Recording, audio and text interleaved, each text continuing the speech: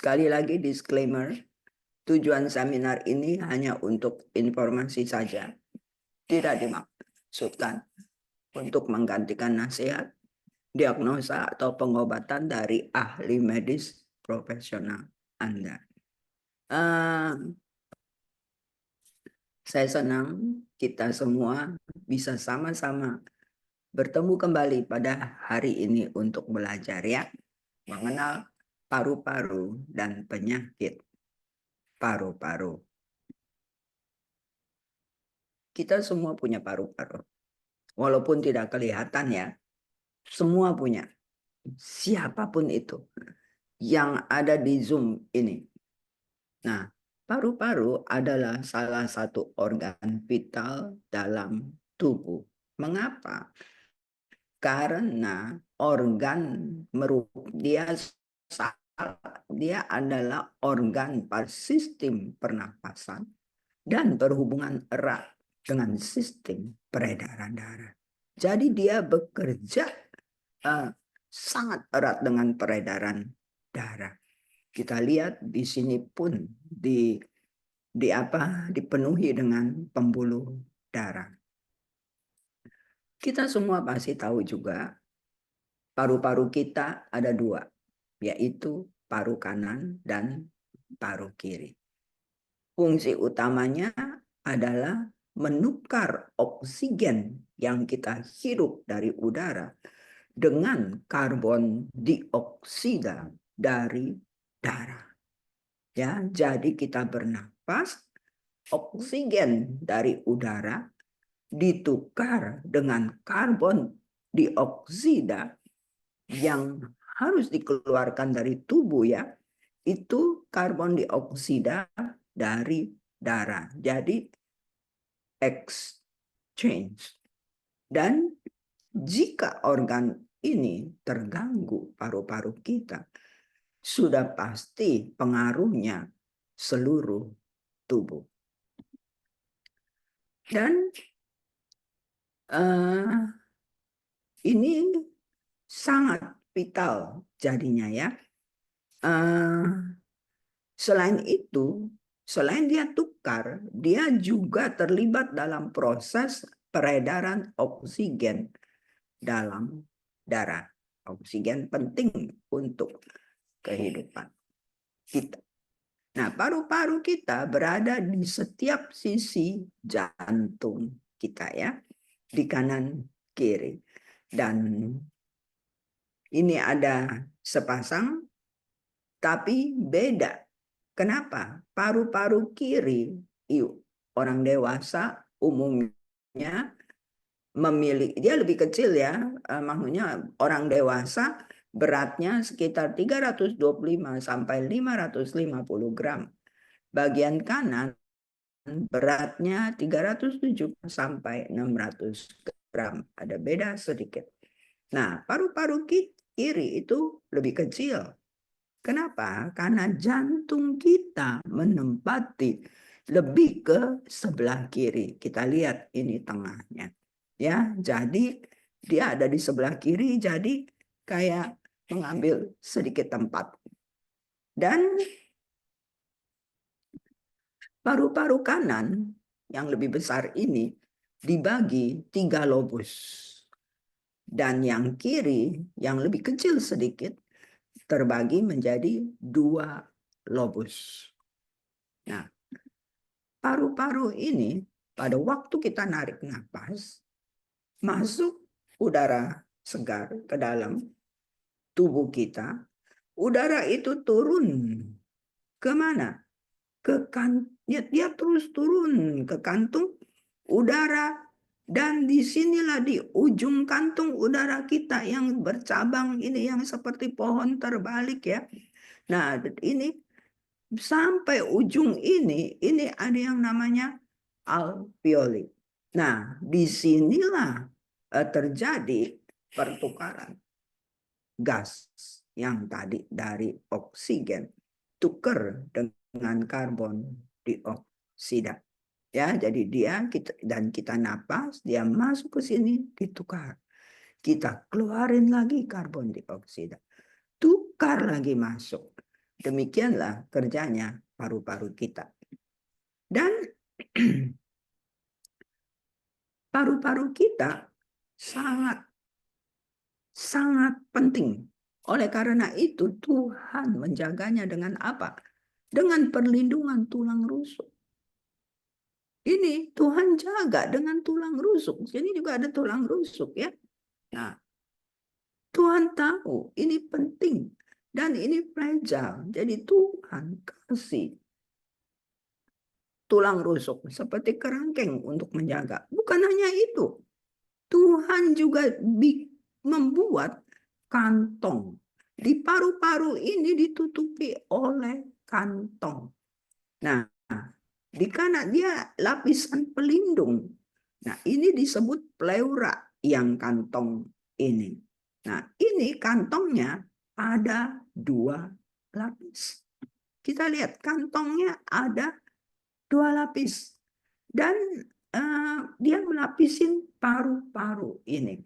Kita lihat di antara 2 lapis kantong ini, lapisan luar dan lapisan dalam yang melindungi paru-paru, ini lebih ke tulang rusuk. Ini menjaga agar gesekan, menjaga melindungi ya.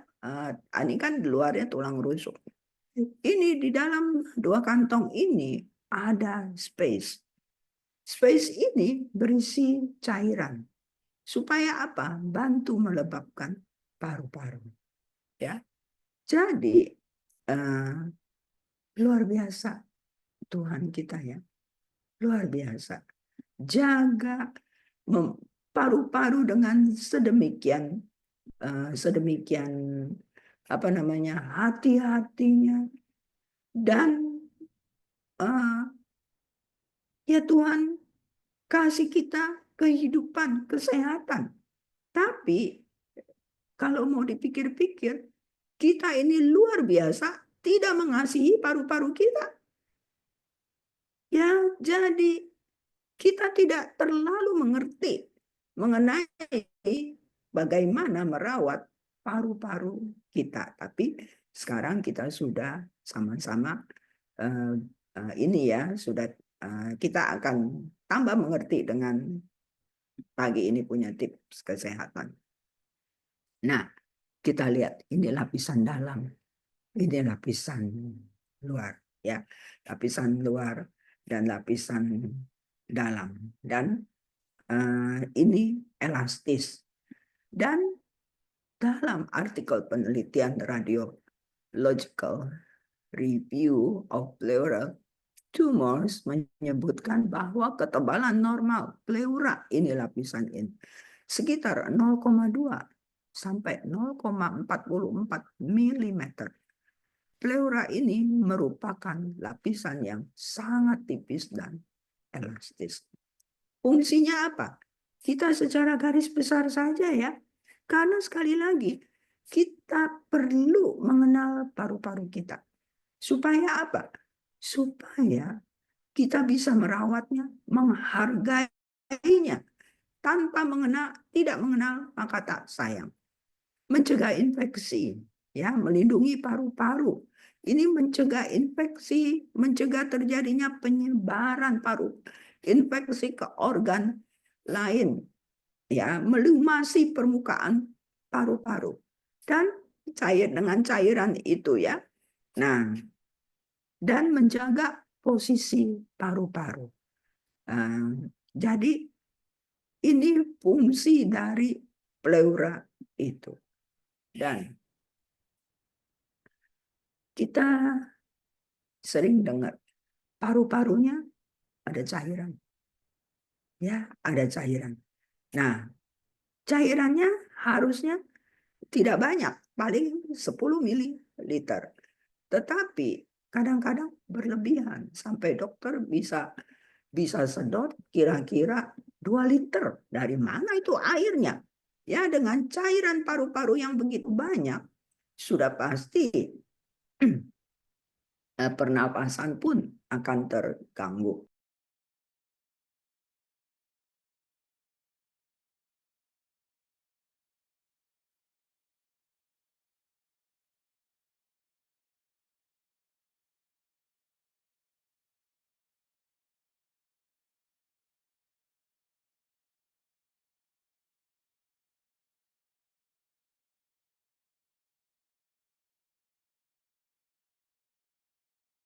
Maaf, ada cairan yang ada slime yang harus saya keluarkan. Nah, ini cairan yang menumpuk, kelebihan cairan yang menumpuk pada paru-paru. Kondisi apa yang menyebabkannya? Ada satu, efusi pleura sudatif. Itu kenapa? Menurunnya kadar protein di dalam darah atau tekanan pada pembuluh darah. Sehingga cairan merembes dan menumpuk di rongga pleura. Masalah kesehatan apa yang dapat memicu kondisi ini? Gangguan ginjal. Kita tahu orang yang ginjal biasanya paru-parunya juga suka uh, ada cairan. Emboli paru, albuminnya rendah, gagal jantung kongestif, sirosis hati. Dan apa yang membuat paru-paru itu banyak airnya? Yang kedua adalah efusi pleura eksudatif. Kenapa? Akibat terjadinya peradangan, cedera paru, gangguan pada kelenjar getah bening. Nah, penyebabnya apa kira-kira? Karena kanker. Bisa limfoma, kanker paru, atau kanker payudara. Ya, seperti waktu saya kanker payudara juga paru-paru banyak air disedot. Wah, dari mana itu airnya?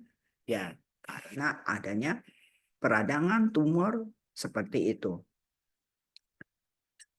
Infeksi paru seperti TB, TBC ya, penyakit autoimun, cedera di dinding dada yang menimbulkan pendarahan.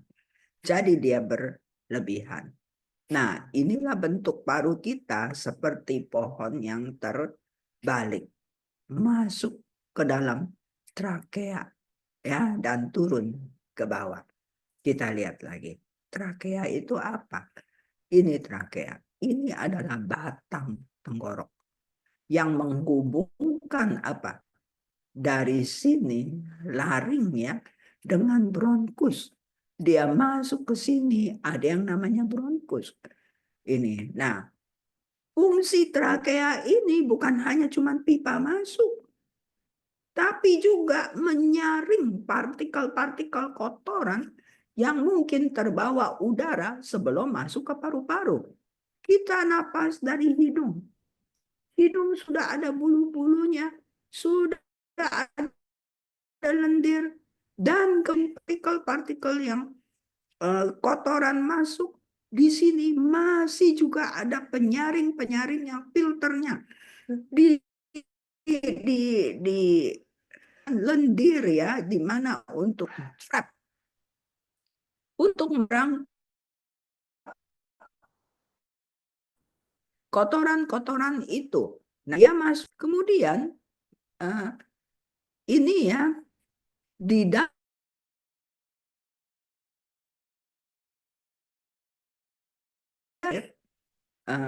kayak reak gitu kita ngomongnya. Nah, ada bulu-bulu halus seperti sapu. Dia menyapu lebih dari 1000 kali 1 menit. Kita lihat betapa cepatnya dia sapu. Sapunya ke arah mana? Ke atas. Ya, ke atas. Tiap 1 menit dia sapunya 0,5 sampai 1 cm. Jadi partikel-partikel patogen, debu atau apa, ini semua terperangkap di lendir di dalam sini. Kemudian kita keluarkan melalui apa? Melalui batuk. Lah, bukan batuk ya, ya seperti batuk gitu. Atau dia kalau tidak keluar masuk ke dalam mulut ditelan. Nah, nanti itu dibuang. Kemudian ini bronkusnya ya. Dia masuk ke dalam bronkus. Fungsinya cukup penting adalah memastikan aliran udara masuk dan keluar dari paru-paru itu bersih. Nah, kemudian ini bronkus ya, bronkus. Nah, kemudian kita lihat lagi saluran dan udaranya itu masuk ke dalam bronkiolus namanya. Bronkiolus ini cabangnya, dia yang cabang gede bronkus, kemudian yang lebih kecil lagi bronkiolus. Bronkiolus ini mengontrol jumlah udara yang masuk dan keluar ketika proses bernapas berlangsung. Jadi sudah difilter kalau bronkiolus ini mengontrol jumlah udara yang masuk dan keluar. Nah, saat kita napas masuk ke dalam bronkus, trakea, bronkus, bronkiolus. Nah, dia masuk ke mana? Ke kantung udara ini. Terus, nah ini seperti rangkaian grapes, anggur, ya. Nah, di sini ada pembuluh-pembuluh darah. Nah, ini kantong udara kecil di paru-paru kita. Nah, ini cekung, ya. Nah, ini ada kapiler, yaitu kecil ya. Ini perannya sangat penting, yaitu menukar oksigen dan karbon dioksida. Bagi orang yang ada masalah dengan paru, sulit napas, atau namanya atau infeksi. Nah, di sini dipenuhi dengan lendir, ya orangnya sulit napas, ya. Nah, kemudian ini adalah kita ambil satu dari alveoli ini, kita lihat exchange, ya, karbon dioksida masuk, di sini ditukar dan keluar ke dalam darah itu apa namanya yang bersih untuk diedarkan ke seluruh tubuh, jaringan tubuh, ya. Jadi CO2 out, O2 in, ya. Jadi ini sangat-sangat kompleks sebenarnya. Dan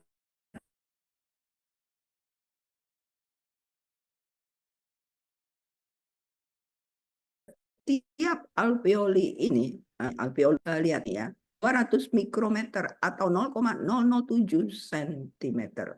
Dan ditutupi dengan dinding yang sangat tipis. Kemudian dikelilingi oleh pembuluh darah kapiler yang kecil-kecil yang untuk bantu bekerja. Jadi, sekali lagi, sistem peredaran darah dan sistem pernapasan itu bekerja sangat erat. Makanya Tuhan juga dampingkan berdekatan dengan paru-paru, ya. Nah, kita lihat ini. Kalau ini permukaan luasnya ini dibentangkan, itu katanya bisa diperkirakan 50 kali luas permukaan tubuh. Ini fungsinya untuk menukar gas, pertukaran gas, ya. Yang tadi kita sudah tahu. Jadi sistem peredaran darah yang terdiri dari jantung, pembuluh darah, mendukung sistem pernapasan dengan membawa darah ke dan dari paru-paru. Sistem peredaran darah bantu mengantarkan nutrisi dan oksigen dari paru-paru ke jaringan dan organ di seluruh tubuh. Membantu menghilangkan limbah, produk limbah, yaitu karbon dioksida. Sistem tubuh lainnya juga bekerja sama dengan sistem pernapasan. Itu apa? Sistem saraf, sistem limfatik, sistem kekebalan tubuh. Jadi kita lihat, sangat unik Tuhan buat. Setiap manusia memiliki 300 sampai 500 juta kantong-kantong udara kecil ini di paru-parunya, ya. Ya, dan begitu banyak Tuhan pasang. Nah, ini ya, jadi masuk dari sini, ada faring, ada laring, masuk ke trakea, terus kemudian ada bronkus, masuk lagi kecil bronkiolus, dan kemudian alveoli. Dan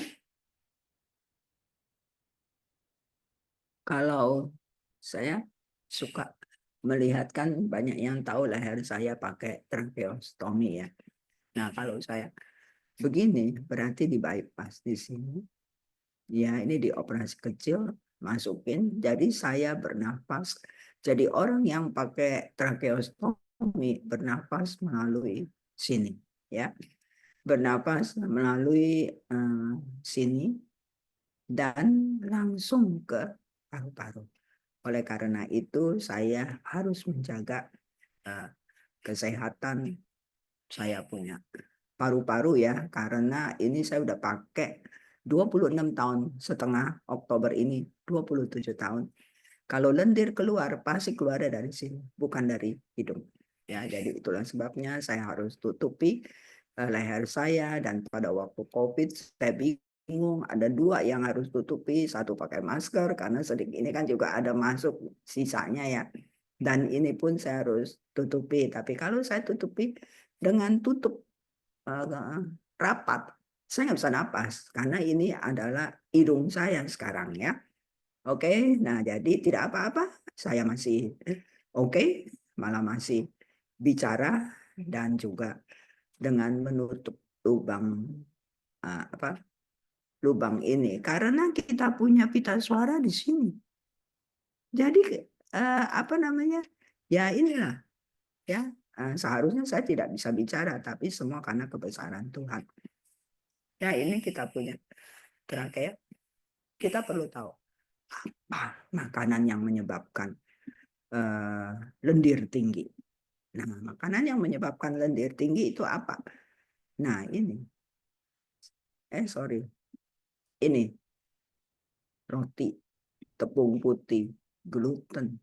Kemudian makanan tinggi proses, ya, gula, kemudian produk susu, keju, susu sapi ya maksudnya, soda-soda ya, dan makanan gorengan berlemak, alkohol ya.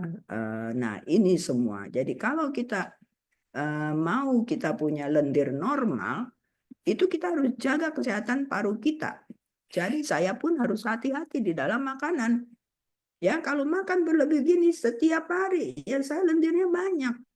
Lendirnya banyak menutupi pernapasan. Ya, jadi sekali lagi sangat penting. Gejala umum masalah paru, sesak napas, nyeri dada, batuk terutama kronis ya.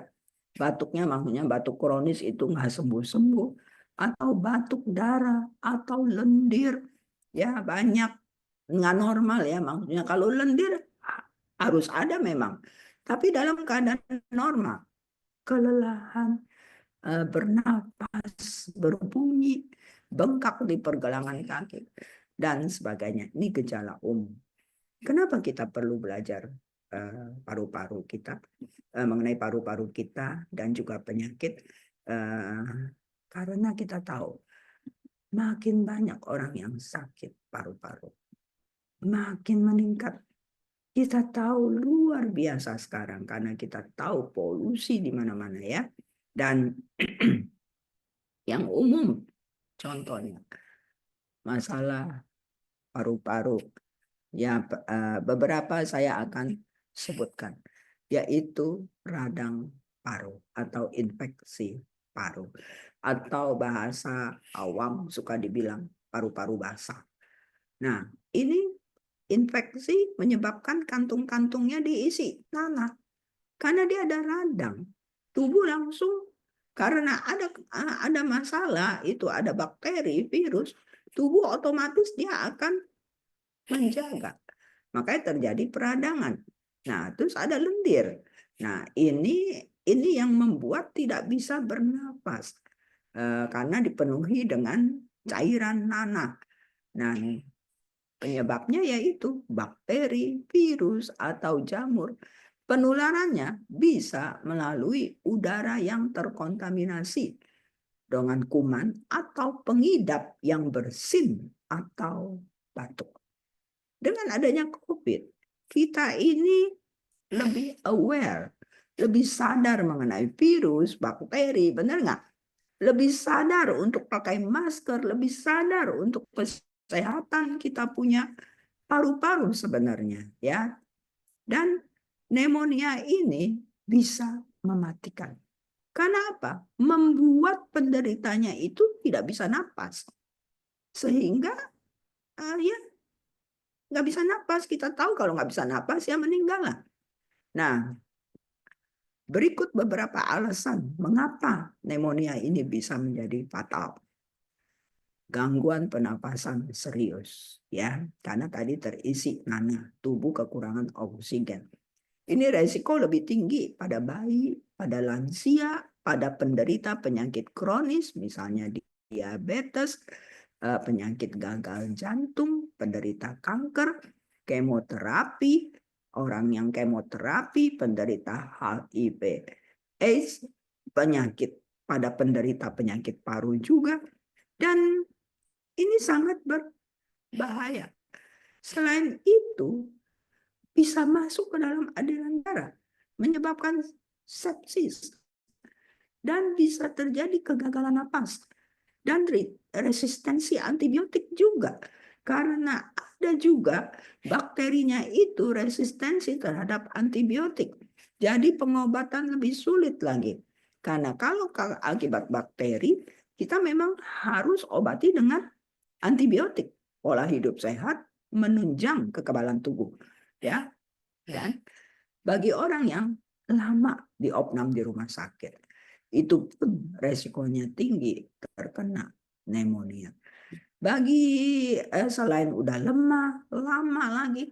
Jadi ya sekarang makin meningkat nih penyakit ini, ya. Dan ada lagi penyakit apa? Tuberkulosis, yaitu TB, TBC, ya. Nah, ini penyakit menular juga karena bakteri Mycobacterium tuberculosis bisa menyerang otak, kelenjar getah bening, sistem saraf pusat, jantung, dan tulang belakang. Makanya ada orang TB, TBC, bukan hanya TB di paru-paru saja, ada TB di tempat lain, ya, kelenjar getah bening, jadi seperti membesar, ya. Nah, tapi yang paling sering menyerang paru-paru. Dan TBC ini berada di peringkat kedua menurut WHO sebagai penyakit menular yang mematikan. Dan kemudian Indonesia termasuk 5 besar negara dengan jumlah pengidap TB terbanyak di Asia Tenggara. Ya, nah ini data 2012. Dan ada penyakit lain lagi apa? Bronkitis. Bronkitis ini juga peradangan. Peradangannya pada apa? Pada bronkus. Ya tadi kita tahu bronkus, ya, dia punya pipa yang ini sehingga terjadi penyempitan. Ada apa? Nah, jadi sempit kan? Nah, saluran nafas. Kenapa dia bisa sempit? Karena penuh dengan lendir. Lendir ini ya respon imunitas tubuh kita saat menangkap zat infeksi ataupun debu. Namun ya menyebabkan sulit bernapas. Nah, salah satu penyebabnya adalah infeksi virus. Ditularkan melalui dahak dari pengidap, ya. Dan jika terhirup oleh orang lain dan orang yang lemah bisa terjadi. Tetapi orang yang dengan sistem imun tinggi itu tidak masalah.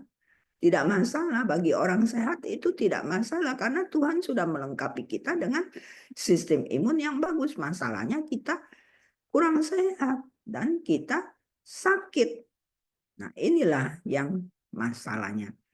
Dan ada lagi penyakit paru obstruktif kronis, ya. Jadi ini kita lihat radang juga memicu terjadinya gangguan aliran darah baik menuju ataupun dari paru-paru. Ada dua jenis penyakit paru obstruktif kronis, yaitu bronkitis kronis.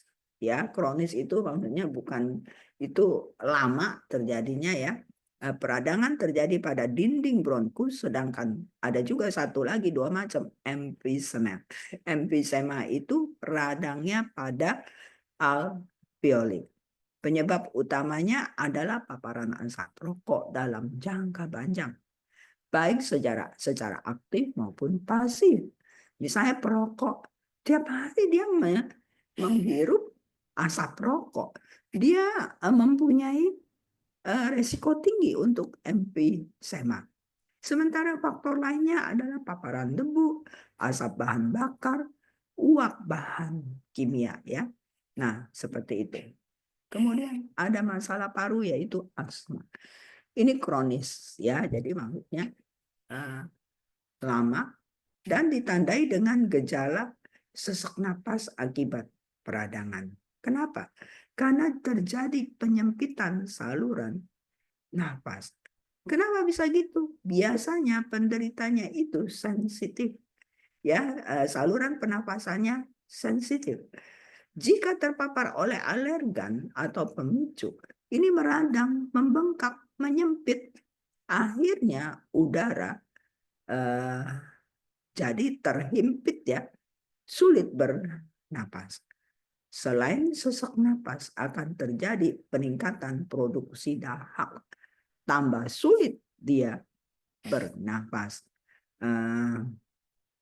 Misalnya alergannya debu, asap rokok, bulu binatang, udara dingin biasanya musim hujan banyak terjadi ya, virus, zat kimia ya. Jadi ini asma. Dan kemudian emboli paru. Kenapa terjadi gumpalan darah pada titik tertentu? Jadi ini gumpalan darah bukan di pembuluh darah ya. Nah, pada salah satu ini arteri dari paru-paru, jadi untuk jalan napas maksudnya, sehingga paru tidak teraliri darah dengan baik. Makanya pembuluh darah di paru ya, pembuluh darah di paru, bukan yang seperti kita pikir ke jantung. Dia tidak dialiri dengan baik. Karena adanya penyumbatan di pembuluh darah ini, di paru, menyebabkan penurunan oksigen. Sehingga penderitanya ya sesak napas, bisa tandanya nyeri dada, bisa suka sakit kepala ringan, hingga batuk berdarah. Nah, jika kita mengalami itu semua, kita harus cek dokter. Jadi kadang-kadang orang, aduh saya takut cek dokter, minta jus aja udah minta jus. Loh, masalahnya bukan itu ya. Masalahnya bukan jus apa kagak jus. Ya, jadi kita bikin jus itu apa gitu ya.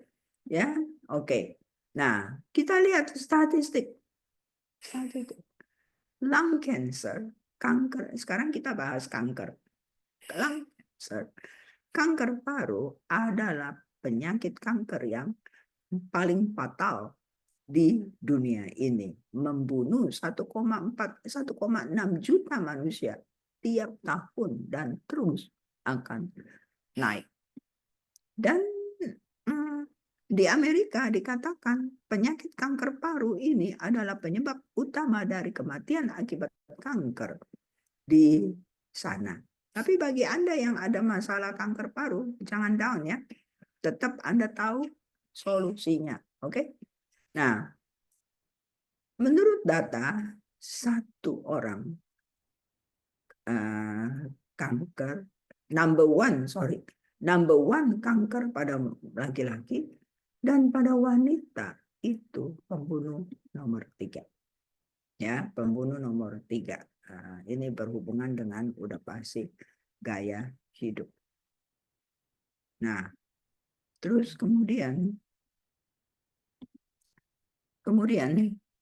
jadi kanker paru ini membunuh lebih banyak orang dijumlahkan dari kanker payudara, kanker kolon, kanker prostat. Dan ini kenapa jadi begini ya? Sebentar. Oke. Dan kita lihat. Nah, penyakit kanker paru biasanya dimulai dari bronkus atau bronkioli atau dari alveoli.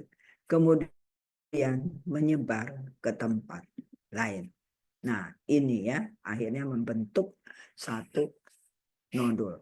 Ini terjadi udah pasti karena sel tidak terkendali ya bertumbuhnya. Dan jadi dia tidak berfungsi dengan baik. Nah, jenis kanker paru itu ada kanker paru non small cell, ada kanker paru small cell, dan ada kanker paru lainnya. Kalau non small cell ini kira-kira 80% yang paling umum kasus kanker paru-paru, termasuk adenokarsinoma dan karsinoma sel squamosa. Dan kalau small cell ini bertumbuhnya lebih cepat dan lebih sulit diobati, bukan tidak mungkin, lebih sulit. Dan penyakit ini sering ditemukan sebagai tumor paru yang relatif kecil dia, tetapi sudah menyebar ke bagian tubuh lainnya. Dan kan ini termasuk kanker yang cepat menyebar. Tapi ini cenderung responnya baik terhadap kemoterapi atau radiasi. Jadi kemoterapi misalnya itu adalah membunuh sel kanker yang bertumbuh dengan bukan sel kanker, membunuh sel yang bertumbuh dengan cepat. Jadi sel kanker yang tumbuhnya cepat, kanker apapun itu biasanya responsnya baik melalui pengobatan. Ada lagi bisa bermula di limfoma, di dalam tulang atau jaringan tulang atau di lapisan dari paru tadi, ya itu biasanya nggak disebut kanker paru, tapi di sekitar situ. Nah, ini small cell kanker paru. Ini kanker paru yang sudah stadium tinggi, ini stadium awal, dan ini paru-paru sehat. Nah, stadium kanker paru. Stadium 0, stadium 1, 2, 3, 4. 4 sudah menyebar ke organ lain. Ini ya, nggak usah kita dalemin nanti pada stres. Nah, kemudian kanker paru yang metas, sebenarnya bukan kanker paru ya, kanker yang metas ke paru. Dari misalnya payudara, dari tulang ya, dari apa, coba kanker yang metas ke paru, bagaimana ininya dibandingkan dengan kanker paru. Jadi kalau dari payudara metas ke paru itu sebutnya bukan kanker paru, tapi kanker payudara metas ke paru. Bagaimana ininya? Apa namanya? Yang mana lebih sulit diobati? Yang lebih sulit adalah kanker yang metas, ya, karena dia udah menyebar, ya. Apa saja tanda pertama dari kanker paru? Batuk yang sering batuk atau sering pneumonia, dan setelah pengobatan terus kembali lagi. Mungkin tidak serius gejalanya, ya, tapi hati-hati. Jadi sesak napas, nyeri dada, suara serak, penurunan berat badan yang tidak dapat dijelaskan. Berapa lama seseorang bisa menderita kanker paru tanpa menyadarinya? Ini bisa tumbuh bertahun-tahun tanpa menyadarinya. Makanya banyak yang sudah pada waktu dia tahu itu kankernya udah stadium 4. Itu kankernya udah stadium 4. Kenapa? Karena tidak ada gejala pada waktu dia check up atau cuma masalah masalah apa sehingga dia tahuan itu. Gejalanya apa? Batuk yang nggak kunjung sembuh, semakin parah. Ada juga yang nggak batuk, kesulitan bernapas atau sesak napas, nyeri dada, batuk mengengi ya, batuk darah, hilang selera makan, penurunan berat badan tanpa diet ya, kelelahan, suka lelah, suka sakit bahu, pembengkakan di wajah, leher, lengan, atau dada bagian atas, pupil kecil atau kelopak mata terkulai pada salah satu mata, atau tanpa keringat di sisi wajah tersebut. Jadi ini gejala umum, bukan berarti harus kanker paru ya ini, dan juga bukan berarti harus menderita semuanya gejalanya. Faktor resiko. Apa faktor resikonya? Ada yang low, medium, atau high. Apa faktor resiko? Penyakit paru dan kanker paru. Ini kita semua sudah tahu, merokok ya. Kita sudah tahu merokok itu menyebabkan kanker paru. Dan kemudian apalagi? Nge-vape ya, nge-vape. Vaping katanya rokok berbahaya. Nge-vape dan nge-vape itu kenapa orang bisa juga addicted? Karena ada sesuatu di dalam sini bikin orang nyaman. Kalau nggak ada sesuatu, orang mana suka nge-vape, buang-buang waktu, benar nggak? Nah ini ada bahan kimia yang potensinya, yang berpotensi berbahaya. Yang misalnya diasetil itu sering ditambahkan di sini ya, bisa menyebabkan macam-macam masalah.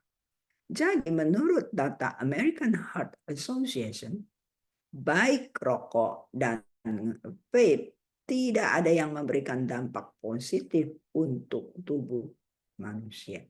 Sebab e-liquid dalam vape bisa memiliki zat yang memiliki zat yang berbahaya untuk tubuh. Ada juga nikotin ya. Walaupun dalam dosis yang lebih kecil.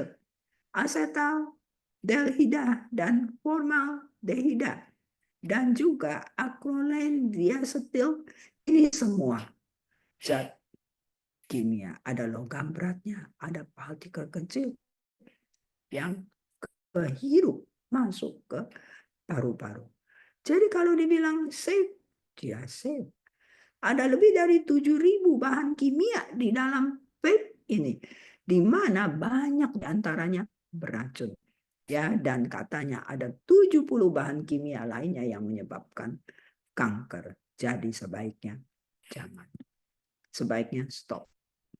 Dan juga alkohol juga meningkatkan resiko kanker paru. Rokok kita tahu menyebabkan resiko kanker paru. Ya, bukan hanya paru tapi jantung, bukan hanya kanker tapi salah satunya contohnya emfisema, terus kanker pita suara dan sebagainya. Dan polusi udara kita tahu makin parah. Sekarang banyak orang sakit kanker paru, dia tidak merokok. Banyak wanita, dari mana? Ya, makin meningkat. Jadi gini, dulu dikatakan umur 50-60 baru kanker paru. Ini waktu saya sakit ya. Nggak terlalu lama juga sih sebenarnya, 30 tahun, berapa puluh tahun ini. Ya, 20 tahun. Dan tahun 2018, 30-40 tahun sudah ada kanker paru.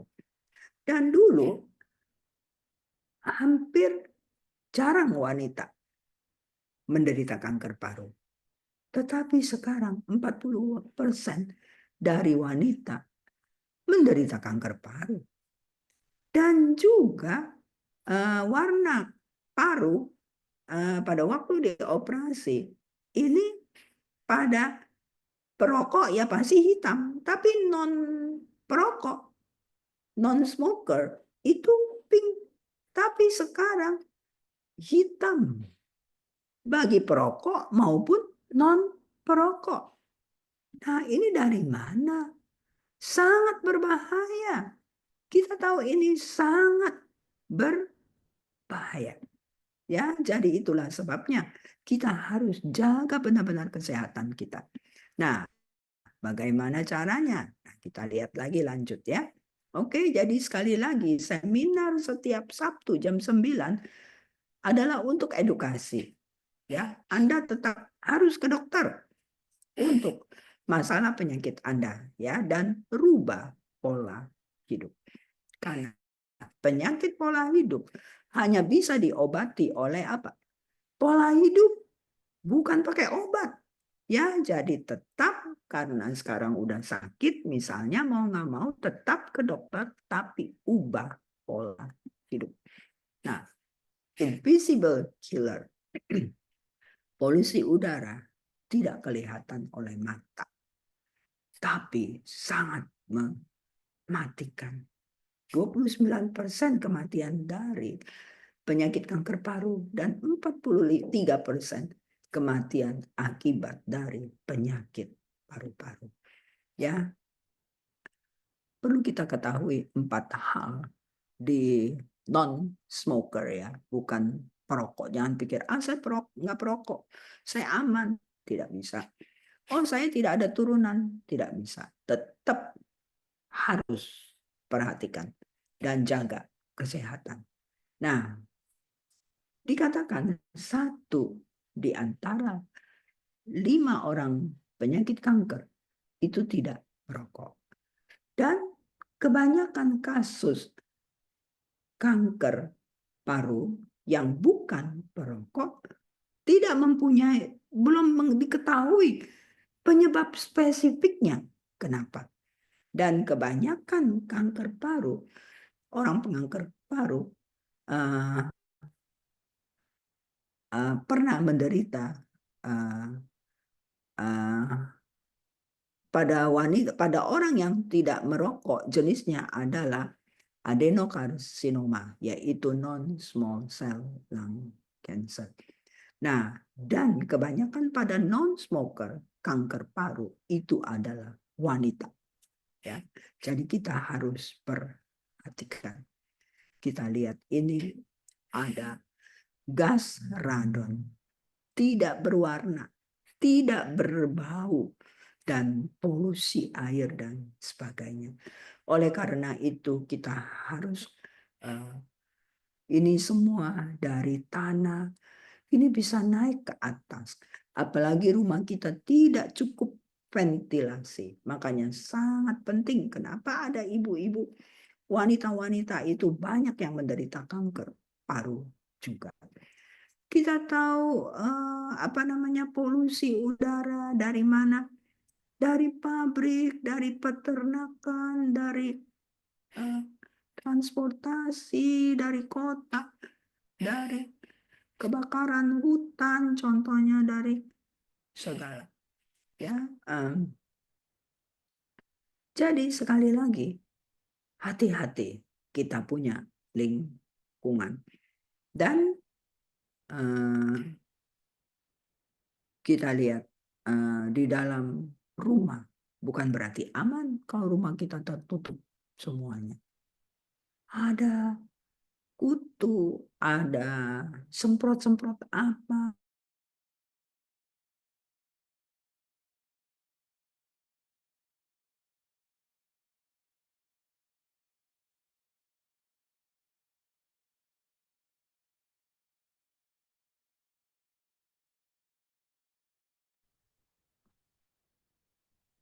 Oke, Bapak Ibu, sepertinya Ibu Leong Pitlin terlempar sebentar.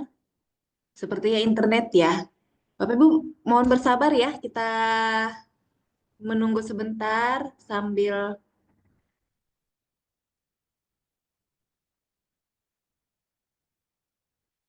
bentar ya.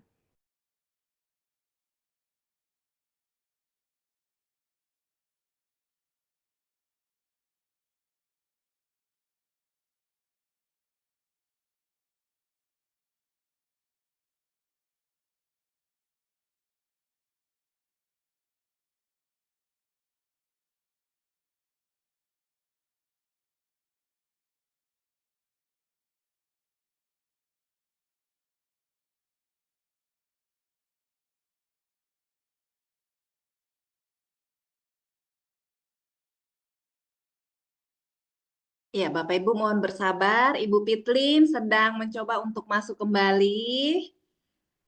Ya, tadi sangat menarik ya. Eh, Sangat penting bagi kita untuk menjaga paru-paru kita. Bahkan kita yang bukan perokok sebenarnya pun kita sangat rentan ya, sangat beresiko untuk terpapar. Tidak hanya dari rokok, tapi kita ketahui sekarang bahwa bumi ini sekarang sudah tidak baik-baik ya, polutan di mana-mana. Ya, Ibu Pitrin sudah bisa kembali masuk lagi, kita akan lanjutkan kembali.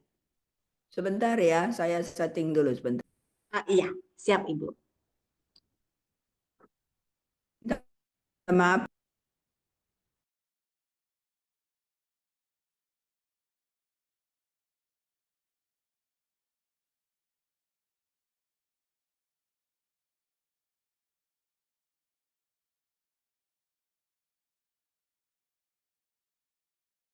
udah ada? Sudah, Ibu. Udah Tapi ya. belum slideshow. Belum slideshow. Iya.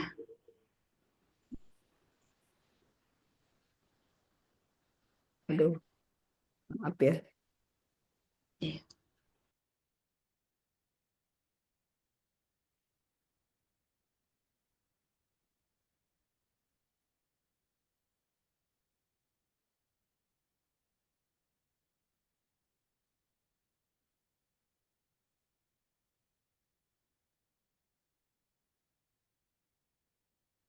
Waduh,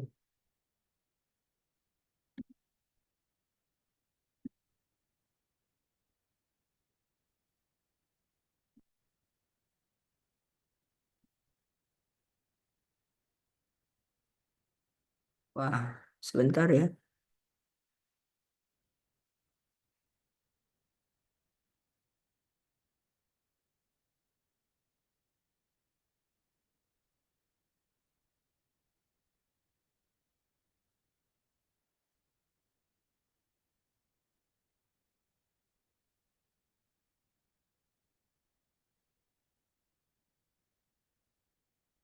Tuh, dari tadi ada masalah. Ini berarti saya harus keluar lagi sebentar. Iya, Bapak Ibu mohon doakan supaya Ibu Pitlin bisa kembali lagi dengan lancar-lancar ya. Memang dari tadi ada sedikit kendala di device-nya. Iya, eh kita lanjutkan, kita ngobrol-ngobrol dulu aja ya, Bapak Ibu ya.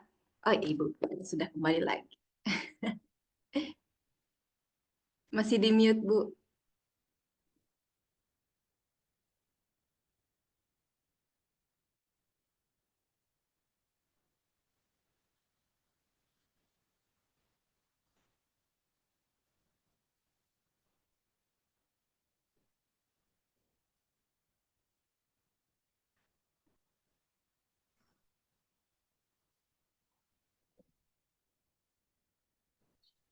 Win, dapat nggak? Masih belum slideshow, Bu.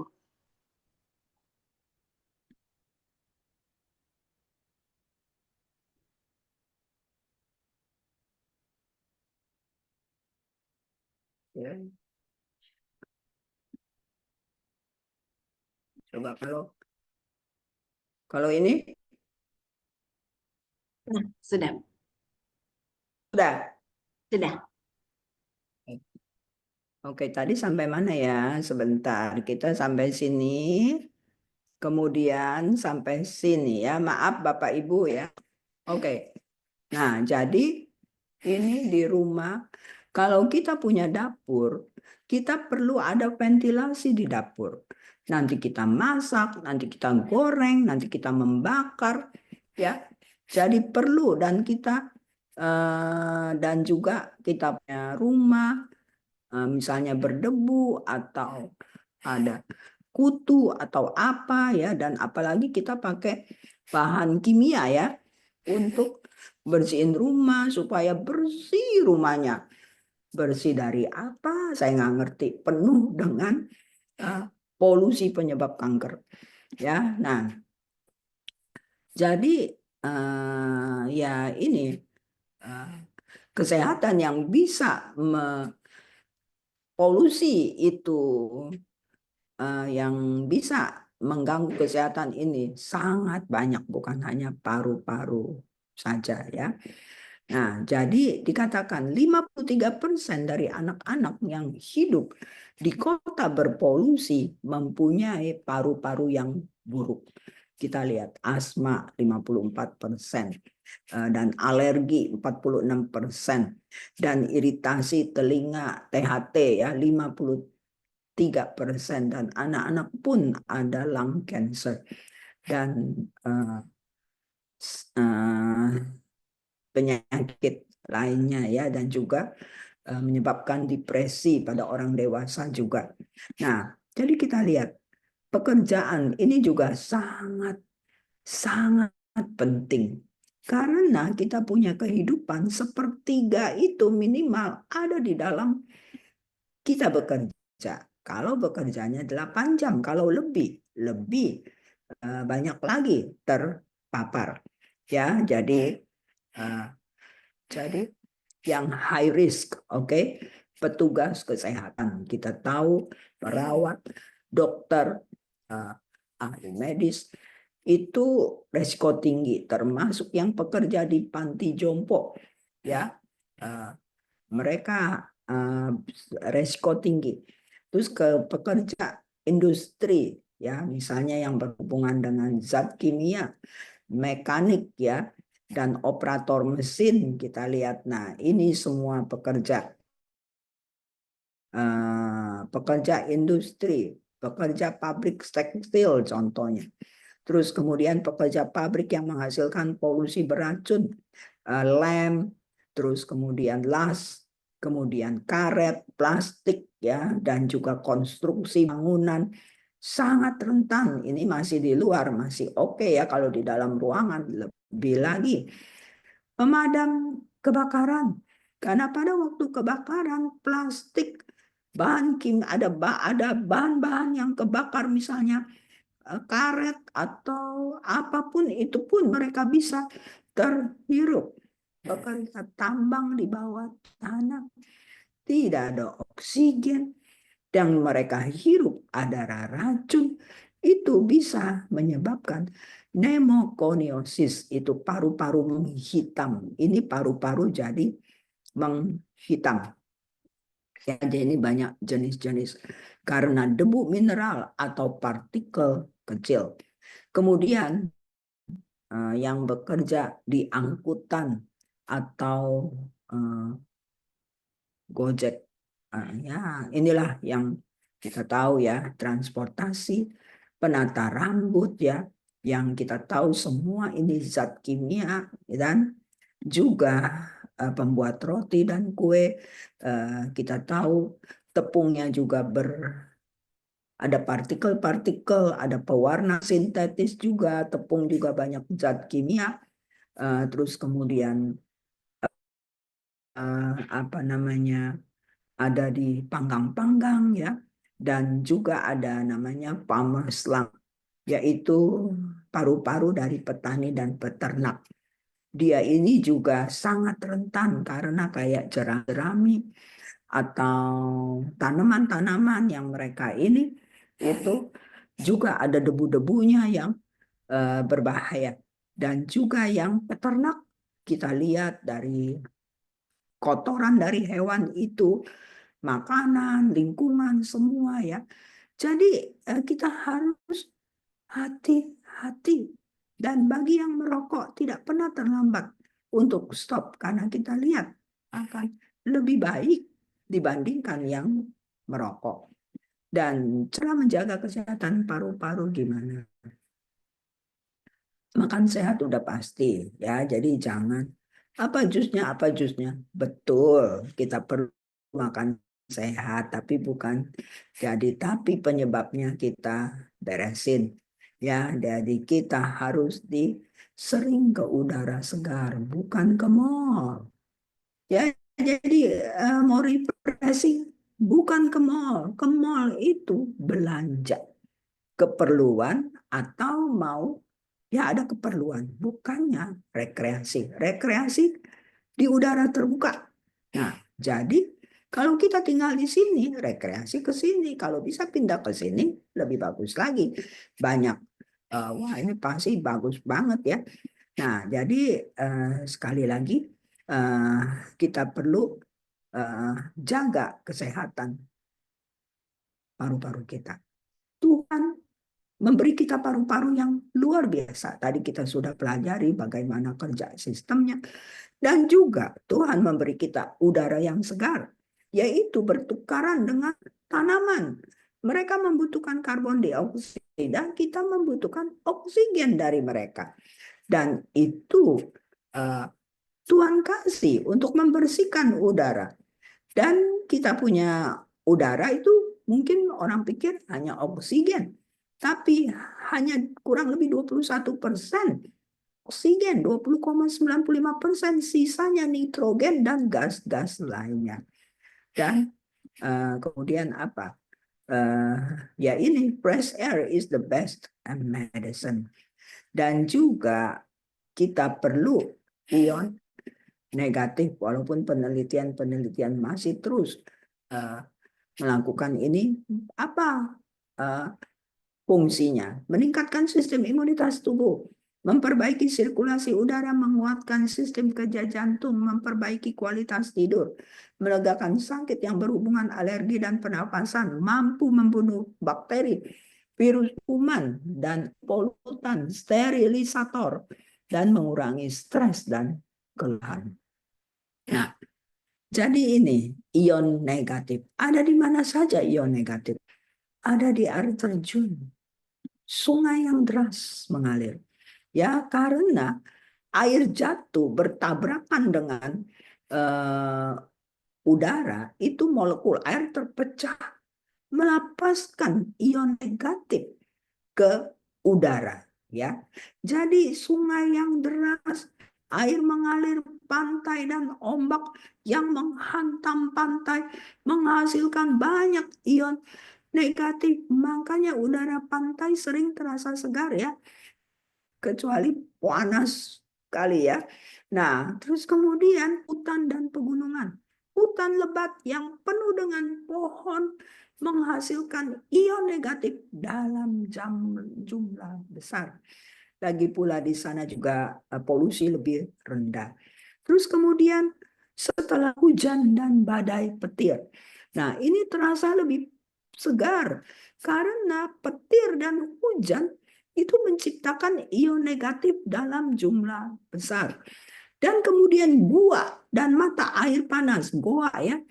Jadi ini pun menghasilkan ion negatif tinggi ya.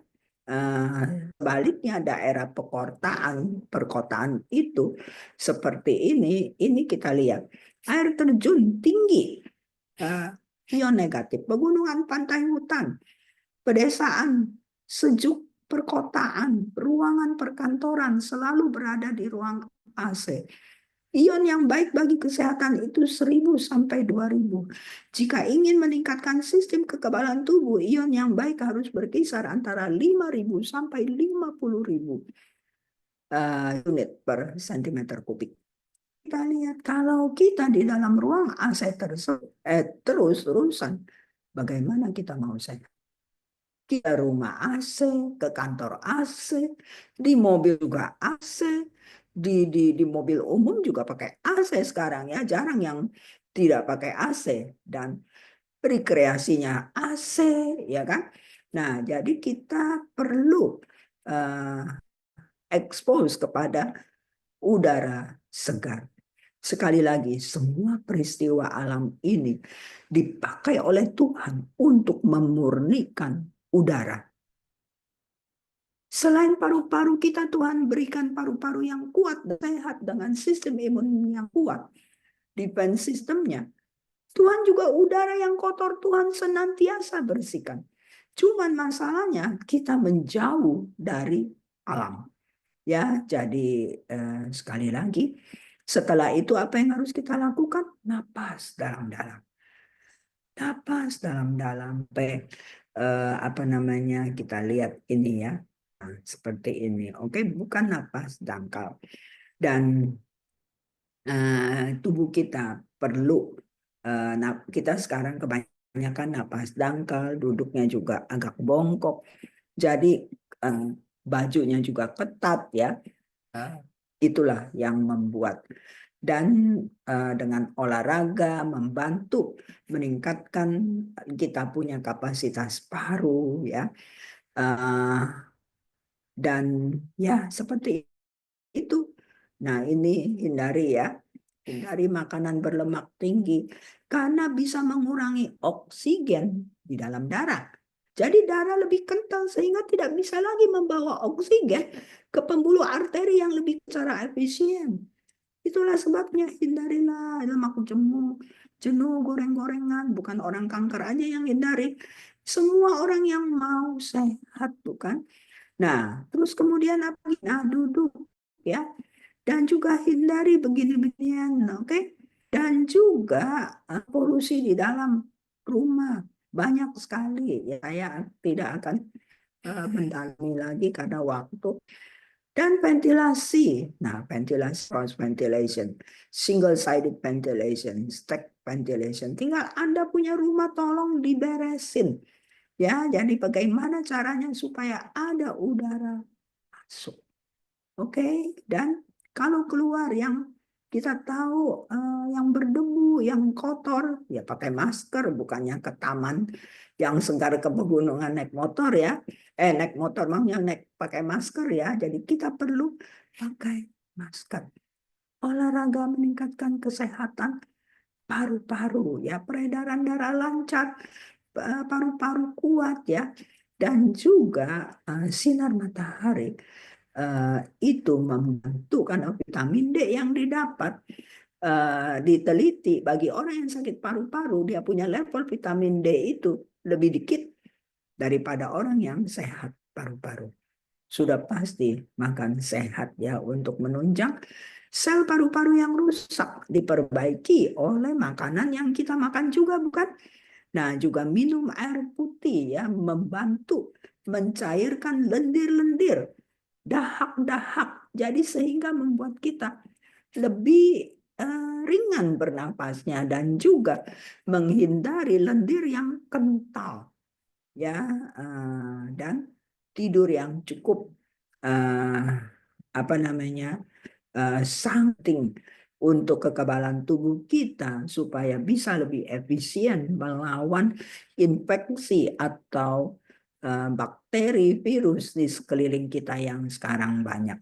Hati yang gembira adalah obat yang manjur, tetapi semangat yang patah mengeringkan tulang. Banyak sukacita, bersyukur, dan berdoa sesuai dengan keyakinan kita masing-masing. Tuhan Maha Baik, kasih Tuhan Maha Kuasa. Tuhan akan memberikan kita selalu kesehatan. Dan bagi yang sakit, pasti selalu ada jalan keluar. Bagi yang tidak sakit, lebih baik mencegah daripada mengobati.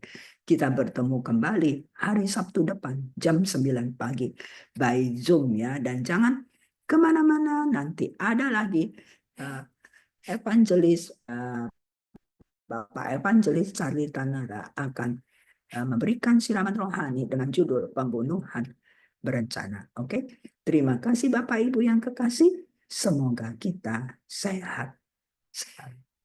Tuhan memberkati.